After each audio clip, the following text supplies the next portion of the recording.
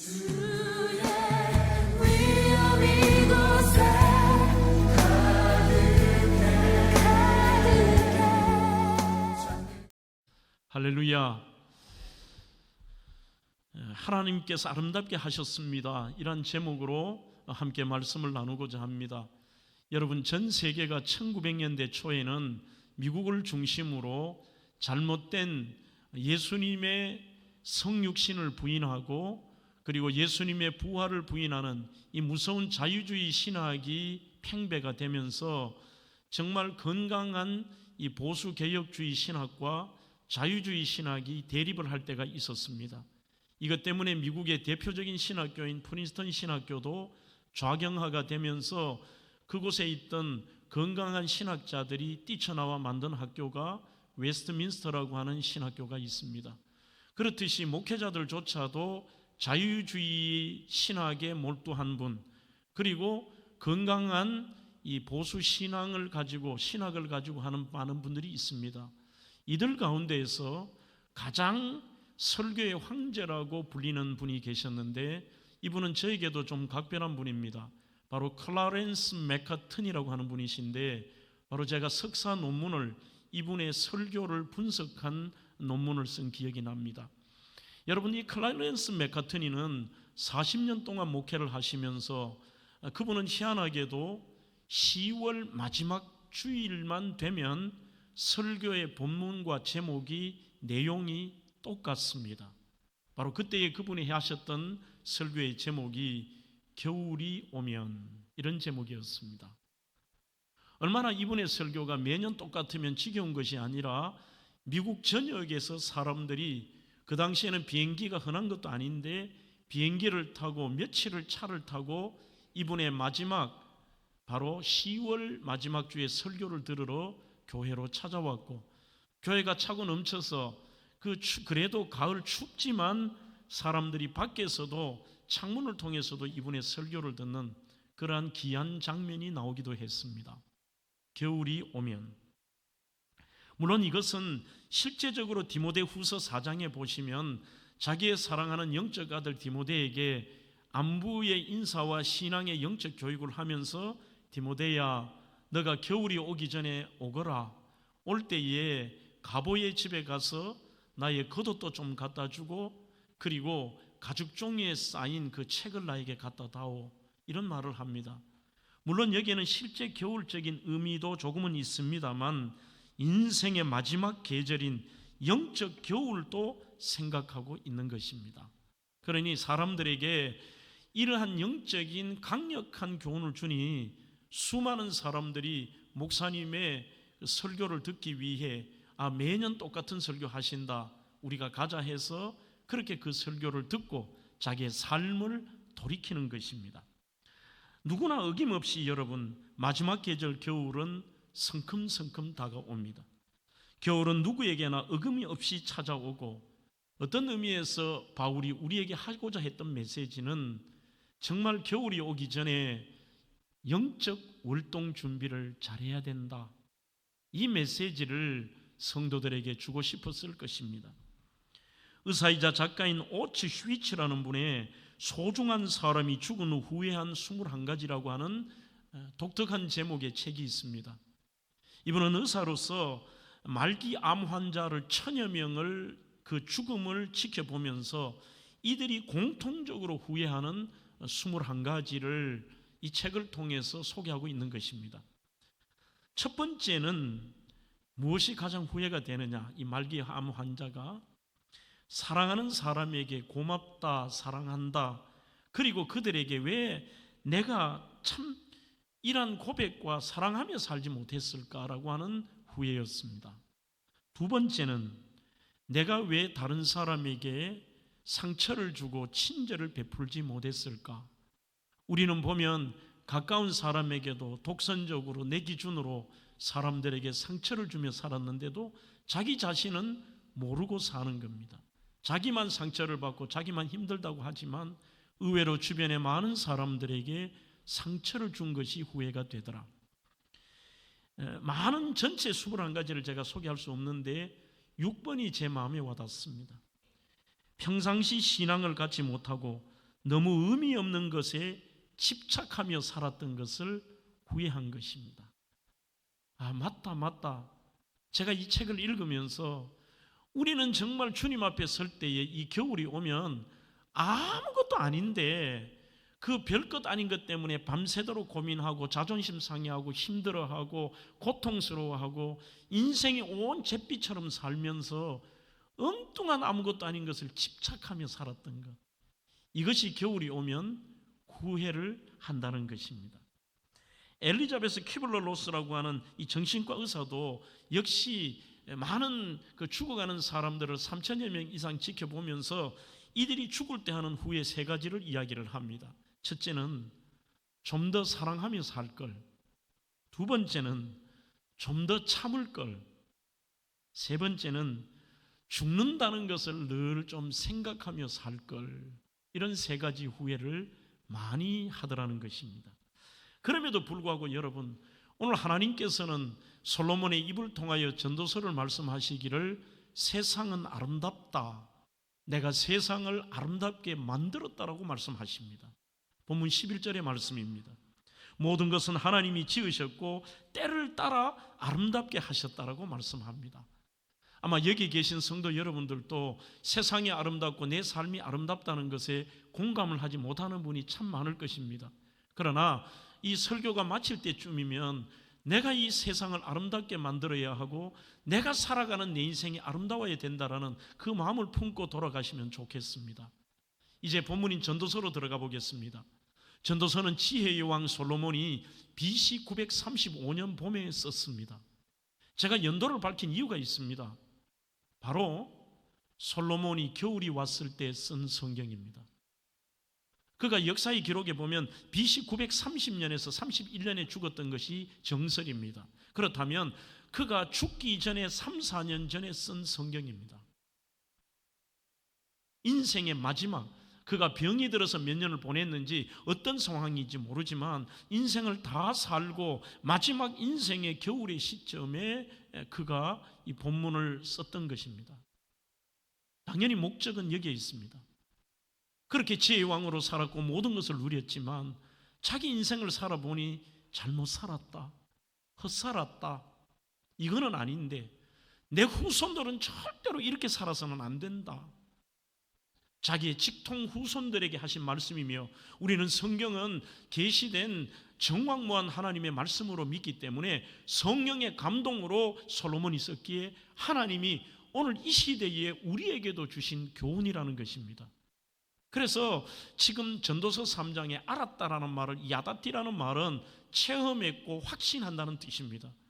솔로몬이 겨울이 왔을 때 깨달았던 것 우리가 지금 깨닫는다면 저와 여러분들의 인생이 솔로몬보다도 나을 수도 있는 것입니다. 인류 역사상 솔로몬보다 누린 사람이 누가 있겠습니까?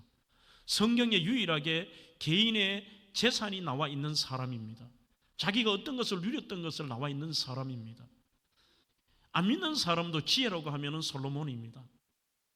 그의 재산도 성경에 나와 있는데 그의 재산이 요즘 금값이 천정부지로 오른다고 합니다만 그람으로 따져요. 돈을 하지만 그가 가졌던 소유했던 금이 성경에 보면 10만 달란트라고 되어 있습니다. 한 달란트를 계산하시면 그의 재산이 얼마나 많은가를 알 수가 있습니다. 한 달란트는 이스라엘과 이탈리아의 단위가 달란트가 좀 다릅니다. 이탈리아는 54.3kg고 이스라엘은 34.4kg입니다. 자, 그러면 우리가 이스라엘로 맞춘다고 해도 그의 재산이 금만 해도 34.4kg의 금덩어리가 10만 개가 있었다는 겁니다. 하여튼 대면교는 어지간하면 안 놀라요. 여러분들 어마어마한 거 아니에요. 금덩어리가 10만 개인데 그게 34.4g이 아니라 34.4kg의 금덩어리가 10만 개에, 아니 일부 때는 저 뒤에서 와 이러시던데, 그죠? 네, 감사합니다 찬양대. 은은 얼마이냐? 은은 34.4kg의 은덩어리가 100만 개였습니다. 네, 감사합니다. 100만 개.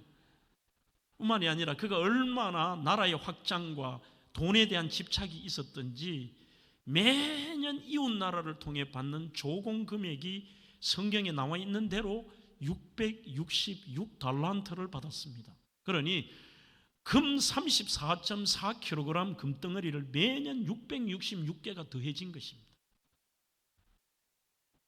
그의 살았던 집은 어떨까? 하나님의 집은 7년에 걸쳐서 지었습니다만 자기가 살던 집은 무려 백향목을 동원하고 온갖 대리석을 동원해서 13년 동안 지었습니다. 자기가 마음대로 할 수 있는 여성이 1000명이 넘습니다. 얼마나 그의 명예가 대단했더냐 하면 저 먼 나라 아프리카의 스바에서도 여왕이 찾아올 만합니다. 그리고 그 여왕과도 부부의 관계를 맺습니다. 상상할 수 없는 인간이 누릴 수 있는 것은 다 누렸지만 그가 인생을 살아보며 인생의 겨울이 되니 너무 후회가 되는 겁니다.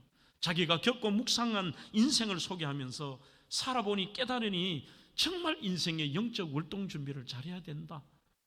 머리가 확실히 좋기는 좋은 분인 것 같습니다. 전도서 1장에서 12장까지를 분석해 보면 인생을 완벽하게 요약을 해놓았습니다. 우리도 한번 요약을 해보겠습니다. 그는 영적 월동 준비를 위한 인생을 소개하기를 제일 먼저 자기가 살아본 인생의 말년에 그가 생각했던 게 뭘까? 여러분 혹시 솔로몬이 몇 살까지 사신지는 아시겠어요? 의외로 여러분들의 생각보다 솔로몬이 짧게 살았습니다. 솔로몬은 58세에 죽었습니다. 그렇게 대단한 것을 가졌어도 58세. 그래서 그는 인생의 말년에 1장 2절에 가장 먼저 그가 후손들에게 하고 싶었던 얘기가 뭐냐? 너희들이 집착하고 너희들이 전부인 줄 알았던 이 땅 대단한 줄 알지만 1장 2절에 전도자가 이르되 헛되고 헛되며 헛되고 헛되니 모든 것이 헛되도다. 헛되다라는 얘기를 5번이나 하며 모든 것이 헛된 게 인생이라는 것을 후손들에게 말을 했습니다. 두 번째 3장에 넘어가면 오늘 본문의 장입니다. 살아보니 나는 영원할 줄 알고 내 생각대로 할 줄 알았지만 다 때가 있다. 사람이 날 때가 있으면 죽을 때가 있고 심을 때가 있으면 그것을 뽑을 때가 있고 그리고 죽일 때가 있고 치료할 때가 있고 헐 때가 있고 세울 때가 있고 울 때도 있고 웃을 때도 있고 수많은 때를 얘기하면서 그는 이렇게 얘기합니다. 다 때가 있다. 그 말은 언젠가는 너희들 영원한 것처럼 생각하고 큰소리 치지만 언젠가는 너희들에게도 나처럼 겨울을 향하여 달려가고 죽음의 때가 있다는 것입니다. 세 번째는 9장으로 넘어가면서 그래서 인생을 살아보니까 나는 뭐 내 마음대로 하고 내 고집대로 하고 뭔가 인생이 움직일 수 있는 것 같고 이렇게 생각했지만 모든 것을 살펴본 적 9장 1절에 의인들이나 지혜자들이나 그들의 행위나 모든 것이 다 하나님의 손안에 있더라. 이것을 가르쳐 주는 겁니다. 하나님 의지해라. 인생이 죽고 사는 문제, 생사화복 모든 게 하나님의 손안에 있더라. 12장으로 넘어가면서 그러니 흙은 여전히 땅으로 돌아가고 영은 그것을 주시는 하나님께로 돌아가야 된다. 너희들 결국 다 죽는다. 아무것도 아닌데 너희들 살아있는 한 그것에서 제일 중요한 게 뭐냐? 하나님께로 돌아가라. 신앙 찾아라. 이 얘기를 합니다. 12장 13절에 일의 결국을 다 들었으니 결국 그러면 너희들이 이 땅에서 해야 될 일이 뭘까?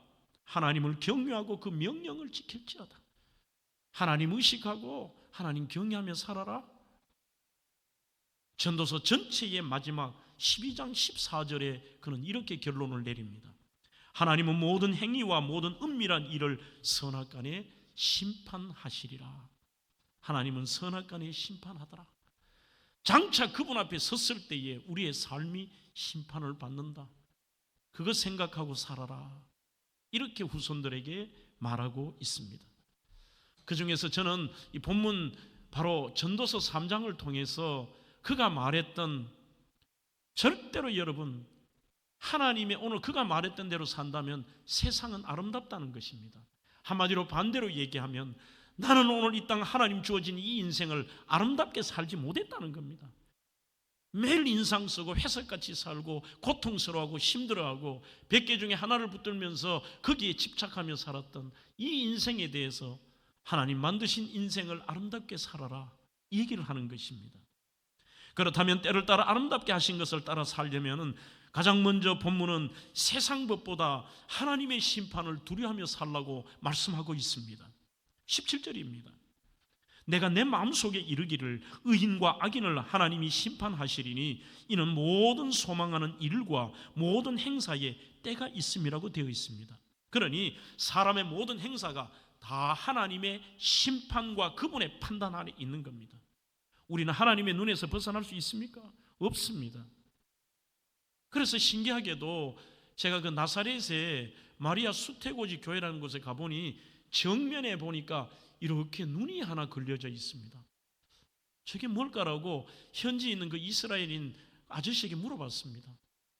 왜 저렇게 강단 뒤편에 눈을 그렸느냐 하니까 저것은 하나님의 눈이라는 겁니다. 하나님이 우리의 인생을 보고 계신다. 하나님이 판단하신다. 그리고 세 번째는 하나님의 판단이 정확하다, 이 얘기를 하시더라고요. 오늘 16절에도 내가 해 아래에서 보건대 재판하는 곳 거기에도 악이 있고 정의를 행하는 곳 거기도 악이 있다는 겁니다. 이게 무슨 말이냐? 세상의 판단은 정확하지 않다는 것입니다. 재판은 정확한 것을 가려내려고 재판하지만 세상의 재판이 정확합니까? 거기에 악이 있을 수도 있습니다. 성경에도 말하듯이 가장 큰 죄 중에 하나인 돈을 받고 뇌물을 받고는 구분 재판을 하기도 합니다. 오늘 설교를 준비하며 오래전에 미국의 오제이 심슨 사건이 떠오릅니다. 미식 축구 선수였던 그 유명한 오제이 심슨이 흑인인데 이분이 아주 아름다운 백인 니콜 브라운이라는 여성과 결혼을 하죠. 한참의 세월이 지나고 이 니콜 브라운이 온몸에 그것도 칼로 난자당해서 죽었습니다. 경찰이 조사를 하면서 바로 오제이 심슨을 체포했습니다. 명백한 증거가 있는 겁니다. 그가 잘못 안 했는데 도망을 왜 갑니까? 도주를 했고 명백한 그 칼에, 피가 묻은 칼에 그분의 지문이 있었습니다. 결론은 어떻게 되었을까요? 무죄였습니다.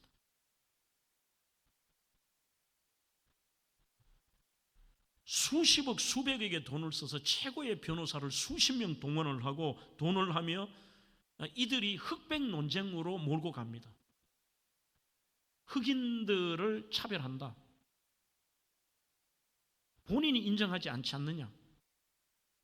이렇게 하면서 여론몰이도 하고 결국은 무죄 판결을 받는데 그 무죄 판결을 하면서 그분이 아주 웃는 모습이 화면에 나온 적이 있죠. 사람들은 마음속은 압니다. 저 사람이 범인인데.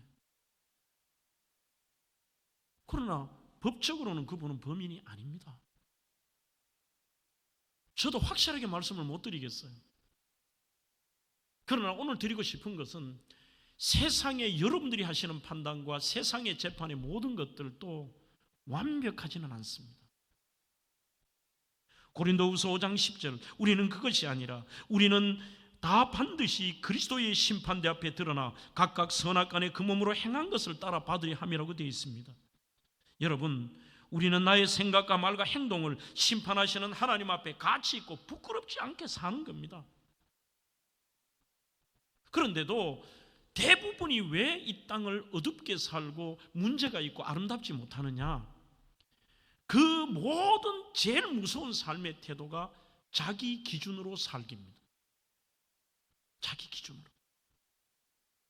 내 기준으로 판단하고 내 기준으로 말하고 내 기준으로 사니까 남들이 전부 마음에 안 드는 겁니다. 안 맞는 겁니다. 그럴 때마다 괴로운 겁니다. 본인이. 세상이 아름답지 않습니다.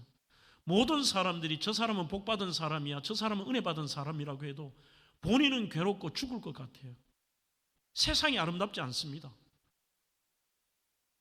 그 이유 하나는 나는 문제 없고 남들은 다 문제가 있는 겁니다. 이 사람이 문제 있어 내치고 이 사람 문제 있고 저 사람 이 문제 있고 저거는 이래서 안 되고 내가 생각해 이거는 맞다 그러고요. 그러면 설사 맞을 수도 있지만 모든 게 자기 기준의 세상은 안 맞습니다. 그러니 행복하고 아름답게 살아가야 될 세상이 너무 어두운 거예요. 하나님은 아름답게 만드셨습니다. 그래서 저희 교회가 한 번씩 인사하는 게, 집사님 세상은 아름답습니다. 세상이 아름다운 것은 대한민국이 아름답기 때문입니다. 대한민국이 아름다운 것은 대구가 아름답기 때문입니다. 대구가 아름다운 것은 대명교회가 아름답기 때문입니다. 대명교회가 아름다운 것은 집사님이 아름답기 때문입니다. 집사님이 아름다우신 것은 제가 아름답기 때문입니다. 이게 우리 성경적 시각입니다. 나의 기준과 나의 판단. 내 기준에 보니까 지금 세계 정세도 마음에 안 들고 대한민국은 어디로 가는지 참 마음에 안 들고요. 대구 땅은 전국에서 제일 못한 동네고, 교회도 오니까 재미도 없고, 옆에 있는 저 집사도 마음에 안 들고, 이것도 마음에 안 들고 저것도 마음에 안 들고, 나도 내 자신이 마음에 안 들고요. 전부 자기 기준으로 살아가니까 모든 게 마음에 안 들고, 설사 하나 마음에 들면 그게 이루어지면 좋다가도 또 다른 자기 기준에 안 맞으면 그때부터 또 괴로워해요. 자기 때문에 주변 사람들이 얼마나 괴로운지도 몰라요. 제일 불행한 건 본인 자신입니다. 자기 기준으로 살기 때문입니다. 이런 분들은 늘 핑계거리가 있습니다. 나는 이래서 그렇지만 남들은 다 아닌 것이죠. 여러분, 하나님은 절대로 우리가 생각하는 기준으로 심판하지 않습니다. 그래서 정말 이 세상을 아름답게 만드신 하나님의 그 뜻대로 사는 방법은 하나님 기준으로 사는 겁니다. 오늘 본문에도 디모데후서 4장에 방금 설명드렸듯이 지금 늙고 병들어서 영적인 아들 디모데에게 이렇게 얘기합니다. 디모데야, 네가 가보의 집에 있는 가죽종이에 쓴 것을 가져오라는 것은, 여기에 가죽종이에 쓴 것은 성경을 의미합니다.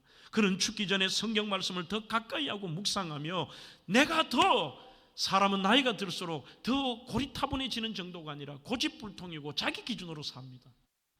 하지만 내가 나이가 들어서 인생의 겨울이 왔지만 나 하나님 기준으로 살래. 내가 이 하나님의 기준을 가까이 놓고 나는 하나님의 기준으로 행복하게 살 거라는 것입니다. 여러분은 어떤 기준으로 사십니까? 정말 간곡하게 하나님의 말씀을 전하고 싶습니다. 저는 우리 성도들이 아름답게 살기를 원하고 행복하게 살기를 원합니다. 이 땅에 사는 날 동안 참된 평화가 어디 있습니까? 근심 걱정 없는 사람이 누가 있습니까? 하나님이 100개를 줘도 그 한 가지를 붙들면서 나의 기준에 맞지 않는다고 힘들어한다면 왜 여러분들 하나님 만드신 이 아름다운 세상을 잿빛으로 사시냐는 거예요. 평생을 그렇게 삽니다. 여러분, 도스토옙스키의 죄와 벌이라는 소설을 모르는 분이 없을 겁니다. 이 소설을 보시면은 주인공 라스콜리니코프라는 분이 자기 눈으로 보니까 아주 악랄하고 고리 대금업을 하는 그 전당포의 할머니가 사회 악인 겁니다. 자기 눈으로는 문제인 겁니다. 그래서 그 주인공 남자가 주인공 노파와 여동생을 아주 잔인하게 죽입니다. 이런 인간은 지구에서 사라져야 된다. 저런 인간이 있기 때문에 지구가 더럽혀지고 이런 말 아닐까요? 이 동네가 힘든다. 죽인 후에 증거를 완벽하게 인멸했습니다. 한마디로 완전한 범죄를 했다고 생각했습니다. 하지만 완전한 게 어디 있습니까? 여자친구인 소냐가 압니다. 소냐의 권유로 자수를 합니다. 드디어 벌을 받고 시베리아로 가는데 이 책에 보면 유배를 가면서도 그의 마음속에는 노파를 잘 죽였다고 생각합니다. 스스로를 정당화합니다. 자기가 사람을 죽인 엄청난 죄를 지었음에도 그 여인의 죄만 보이는 것입니다. 드디어 시베리아에서 지내는데 어느 날 소냐가 신약 성경을 가지고 옵니다. 이 책에 보면 그가 성경을 읽었다는 말도 없고 항상 성경을 옆에 두고 잤습니다. 그런데 성경을 옆에 두기만 했는데도 그의 마음은 변화되기 시작합니다. 이게 무슨 뜻일까? 도대체 도스토옙스키는 무슨 이 메시지를 주고 싶었을까? 그것은 바로 성경만 옆에 두어도 사람이 변화된다는 것을 말하고 싶었을 것입니다. 왜냐하면 자기에게도 그런 경험이 있었기 때문입니다. 우리의 잣대는 내가 아니다. 자기를 정당화하고 자기 기준으로 사는데 여기에 인생의 불행이 있다. 하나님의 기준인 말씀으로 살아야 된다. 하나님의 기준으로 살기인 것입니다. 전도서 마지막 14절에도 12장 14절에 하나님은 모든 행위와 모든 은밀한 일을 선악간에 심판하시리라 했습니다. 하나님의 심판을 두려워하며 살아갈 때, 하나님의 기준으로 살 때 반드시 여러분들의 인생은 아름다움을 느끼며 살아가게 될 것입니다. 두 번째로 자신의 처한 환경을 받아들이고 기쁨으로 살아야 오늘 이 땅이 아름답게 되는 것입니다. 12절로 13절을 제가 한 번 더 읽어드립니다.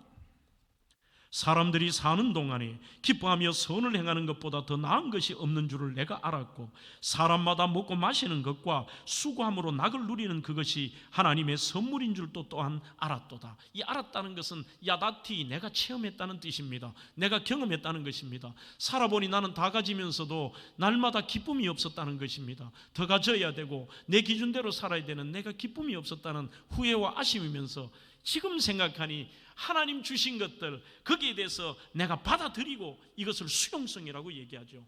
어떤 모습이든지 우리의 찬양처럼 받아들이며 내가 왜 기뻐하며 살지 못했을까? 이게 하나님의 선물인데 자기 기준에 안 맞으면 그때부터 인상이 돌아갑니다. 말을 하지 않습니다. 힘들어합니다. 너무 안타까운 것이죠.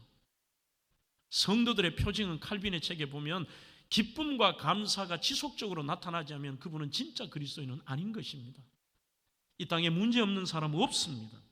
우리에게 주어진 이 땅에서 시간은 결코 허무하거나 무익한 것이 아닙니다. 함부로 보내기에 참 빠릅니다. 22절에도 계속해서 얘기합니다. 그러므로 나는 사람이 자기 일에 즐거워하는 것보다 더 나은 것이 없음을 이제 보았나니 이는 그것이 그의 몫이라는 것입니다.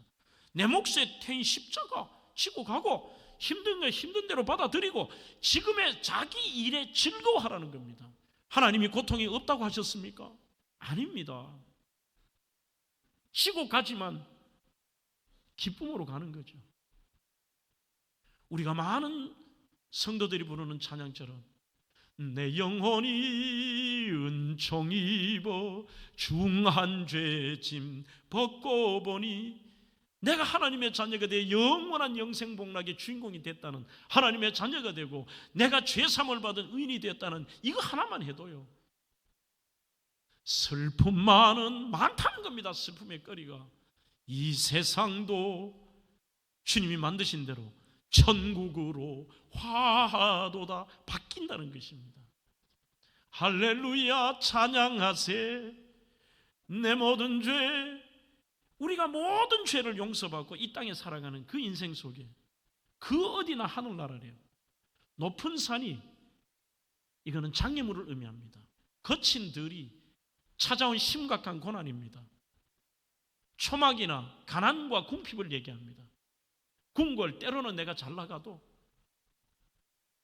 내 주 예수 모신 곳이 그 어디나 하늘나라, 하늘나라. 고린도전서 15장 58절에도 그러므로 내 사랑하는 형제들아 견고하며 흔들리지 말며 항상 주의 일에 더욱 힘쓰는 자들이 되라. 이는 너희 수고가 주 안에서 헛되지 않다는 겁니다. 흔들리지 말라는 겁니다. 주의 일에 우리가 주님 뜻대로 주님의 기준으로 살아가면서 때로는 근심 걱정 이런 그 부분도 어떻게 할까요? 받아들이는 것이죠. 왜 백중에 하나 둘을 거기에 집착하십니까? 거기에 집중하십니까? 그리스도인의 이 기쁨의 비결 중에 하나가 수용성입니다. 그것을 다른 말로 빌립보 4장에는 자족이라고 말합니다. 하나님이 나에게 주신 것, 오늘 22절에도 자기 일, 나의 상황 받아들이는 거예요. 남들이 전부 그렇게 얘기한다는 건 거짓말입니다. 전 세계에서 가장 강한 게 전부 남무식하는 게 대한민국입니다. 이제 그거 바꿔서 우리나라를 아름답게 만들어야 됩니다. 남들이 전부 욕하는 것 같고 남들이 전부 비난하는 것 같고 아닙니다. 모르는 사람이 더 많습니다. 그렇게 생각하지 않은 사람이 더 많습니다. 누구야? 남들이 뭐라 그런 줄 아느냐? 실은 자기 말입니다. 그렇게 말하는 사람의 말입니다. 제가 집회나 우리 교회도 이런 예화를 자주 들죠. 어떤 아이가 태어났는데 아버지가 이름을 지어주셨는데 그 이름이 하철로 지었습니다. 지와 명철이 강같이 흐르라고. 좋은 이름이죠. 아뿔싸 그러나 성이 지가예요. 붙으니까 지하철이 되는 거죠. 얘는 매일 놀림감이 되었습니다. 지하철, 전철. 초등학교 들어가니까 철없는 아이들이 야 지하철, 전철 뭐 이렇게 놀렸습니다. 그렇죠. 아이가 점점 의기소침해지고 이 아이가 인생에 대해서 완전 잿빛 구름 그리고 잿빛 하늘이었습니다. 고등학생이 되고 대학생이 되어도 여전히 자기 인생은 이름 때문에 그렇다고 아버지에게 불평을 했습니다. 아버지, 나는 내 이름 때문에 인생이 완전히 모든 사람이 나를 놀림감으로 생각하고 인생이 비참합니다 그랬습니다. 아버지는 끄떡도 하잖아요. 이해도 안 돼요. 아버지 이름 개명시켜 주십시오. 안 된다. 너는 이름 때문에 잘 될 거다 그래요. 그게 이해가 안 됩니다. 그랬더니 이 아이가 취업을 하고 결혼 정년기가 되었는데 보는 데마다 안 돼요. 어느 날 급하게 아버지가 내 친구 딸인데 급하게 이제 너 둘이 만나라고 했다. 한번 가보라고 가봤습니다. 아가씨도 급하게 나오고 자기도 나왔는데 지금까지 본 아가씨 중에 제일 아름답고 제일 착해 보이고 정말 잘 웃는 아가씨가 앞에 있는데 저런 아가씨가 나같이 이렇게 소심하고 이름도 그런데 하겠다고 생각했어요. 벌써 아가씨도 이름도 모르고 나왔습니다. 묻습니다. 죄송해요. 아빠가 나가라 해서 급하게 나왔는데 이름은 뭐예요? 묻습니다. 오늘 또 저 아가씨가 나를 비웃겠구나. 예, 제 이름은 지하철입니다. 아가씨가 막 웃어요. 웃더니만 말도 안 되는 얘기를 이 친구에게 합니다. 하철 씨와 저는 천생연분인가 봐요 그러더래요. 얼굴을 보니까 또 나를 비웃냐고 생각했습니다. 비웃는 게 아닌 것처럼 보여요. 아니 저 아가씨가 왜 나에게 저렇게 긍정적이지? 이 아가씨가 이렇게 답을 했습니다. 제 이름은 이호선이에요 그러더래요. 이거 아직 안 웃는 분 집에 가서 웃습니다. 지하철 2호선 천생연분이지 뭐. 결혼해서 잘 살았대요. 아무것도 아닌 일에 우린 그거 집착해서 평생 그것만 생각하잖아요. 때로는 하나님이 합력해서 선을 이룬다는 것은 내가 이해가 되지 않는 것은 기도한 것은 하나님의 뜻이 있습니다. 그냥 받아들이는 겁니다. 뭐 어떻게 할까요? 크면 큰 대로 작으면 작은 대로 좀 살이 많으면 많은 대로 적으면 적은 대로 부유하면 부유한 대로 없으면 없는 대로 저는 내 키가 군대에서 감사했다니까요. 특수전 훈련을 받는데 수색 중대장 할 때 특수전 훈련 들어가니까요. 이 목봉 체조가 너무 힘들었습니다. 이 훈련을 반나절 하고 나면 들어갔던 침투복은 뭐 계급도 없고 이 장교들은 소령이나 중령이 저걸 했습니다. 교관을 올라타요. 전봇대 같은데 올라탄데 7명이나 8명이서 이걸 들고 이렇게 해야 되죠. 유격. 어떨 때는 애 먹인다고 타고 이거 들고는 격자를 안 해줘요. 계속 들고 있어야 돼요.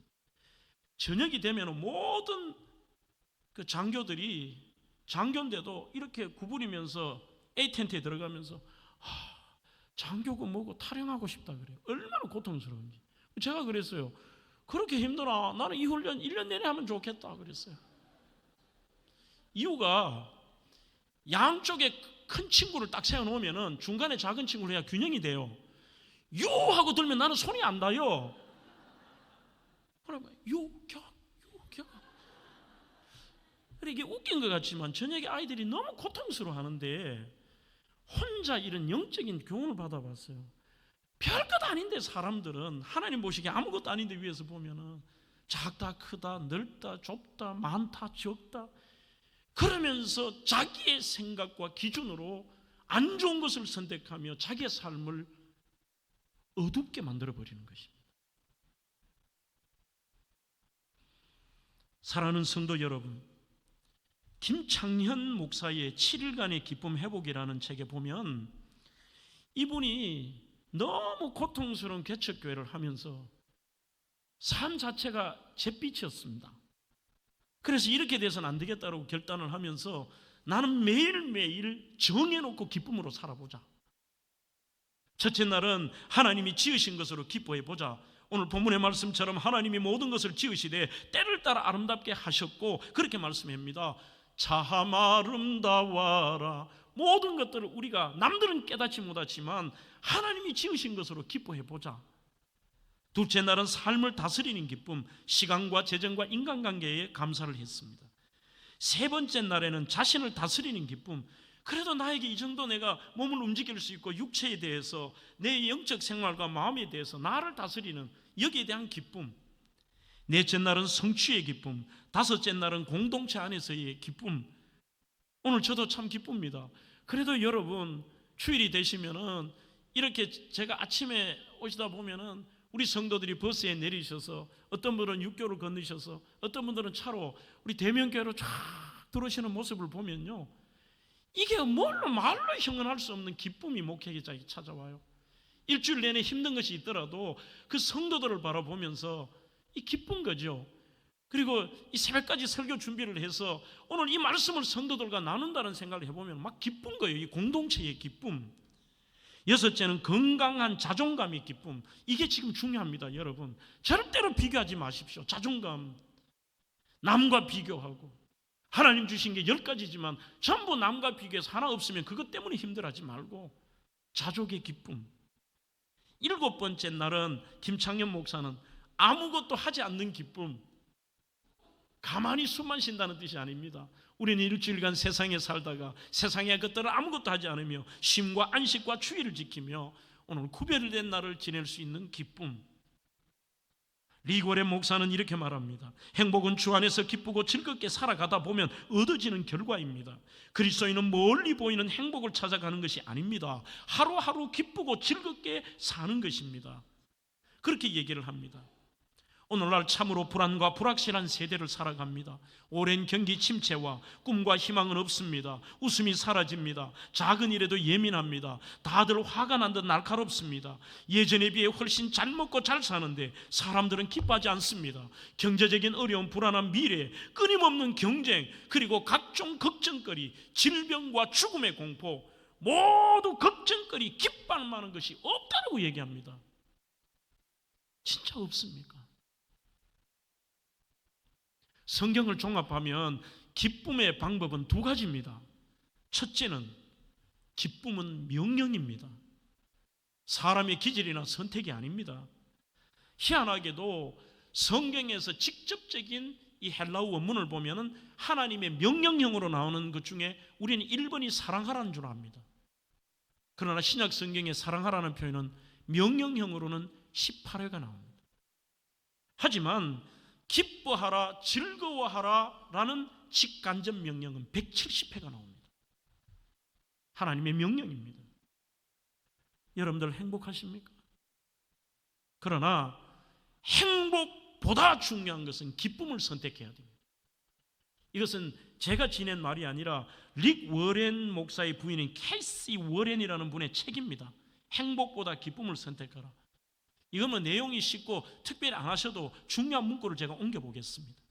기쁨을 부적절하게 정의하면 기쁨과 행복을 동요로 잘못 간주하게 됩니다. 그래서 행복한 감정을 느끼면 기뻐하는 것이 확실하고 행복한 감정이 부족하면 기뻐하지 않는다고 오해합니다. 아닙니다. 지금부터 중요합니다. 행복은 주 안에서 기쁘고 즐겁게 살다 보면 얻어지는 결과가 행복입니다. 그리스도인은 멀리 보이는 행복을 찾아가는 게 아닙니다. 하루하루를 기쁘고 즐겁게 사는 것입니다. 행복하니까 기쁜 게 아닙니다. 우리가 하나님의 명령 따라 기쁨으로 살다가 보면 그 명령을 순종하다 보면 내가 행복해지는 거예요. 두 번째의 우리의 방법은 기쁨은 훈련입니다. 기쁨은 훈련입니다. 하루아침에 되지 않습니다. 서울대학교 이정동 그 박사가 쓴 축적의 기술이라는 책에처럼 아주 반짝이는 아이디어가 중요하지 않습니다. 오래 축적된 기술, 인내하고 참고 반복입니다. 또 해보고 또 해보고. 지금까지 여러분들이 실수하고 실패해 보셨을지라도 오늘 이 말씀을 들으며 또 해보는 겁니다. 이 예배당의 문을 나갈 때에 기쁨은 하나님의 명령이다. 그리고 기쁨은 훈련이다. 나 그렇게 살아본다. 또 해보고 또 해보고. 빌립보 4장에도 말씀합니다. 나는 배고파 보고 배불러 보고 부유해 보고 가난해 보는 경우에도 나는 일체에 자족하는 비결을 배웠다고 되어 있습니다. 똑같은 말입니다. 배웠다는 에마돈이 반복한다는 것입니다. 말씀을 맺습니다. 사랑하는 성도 여러분, 우리는 이 땅에서 하나님을 경외하며 무릇 그분의 뜻대로 사는 것입니다. 14절에 무릇 하나님이 행하시는 것은 영원히 있을 것이라 더할 수도 없고 덜할 수도 없나니 하나님이 이같이 행하시면 사람으로 그 앞에서 경외하게 하려 함이니라. 시편 128편 1절에도 여호와를 경외하며 그 도를 행하는 자마다 복이 임할지어다. 하나님 경외한다는 것은 하나님 의식한다는 겁니다. 하나님 기준으로 산다는 것입니다. 하나님 뜻대로 산다는 것입니다. 이게 영적인 신선도입니다. 하나님은 여러분들이 무엇을 했냐 업적에 관심 없으십니다. 하나님과의 인격적인 깊은 관심이 그게 중요합니다. 그리고 하나님의 뜻대로 사는 것. 오늘 제 설교의 마무리는 질문입니다. 오늘 여러분들은 주 안에서 아름다우시고 행복하십니까?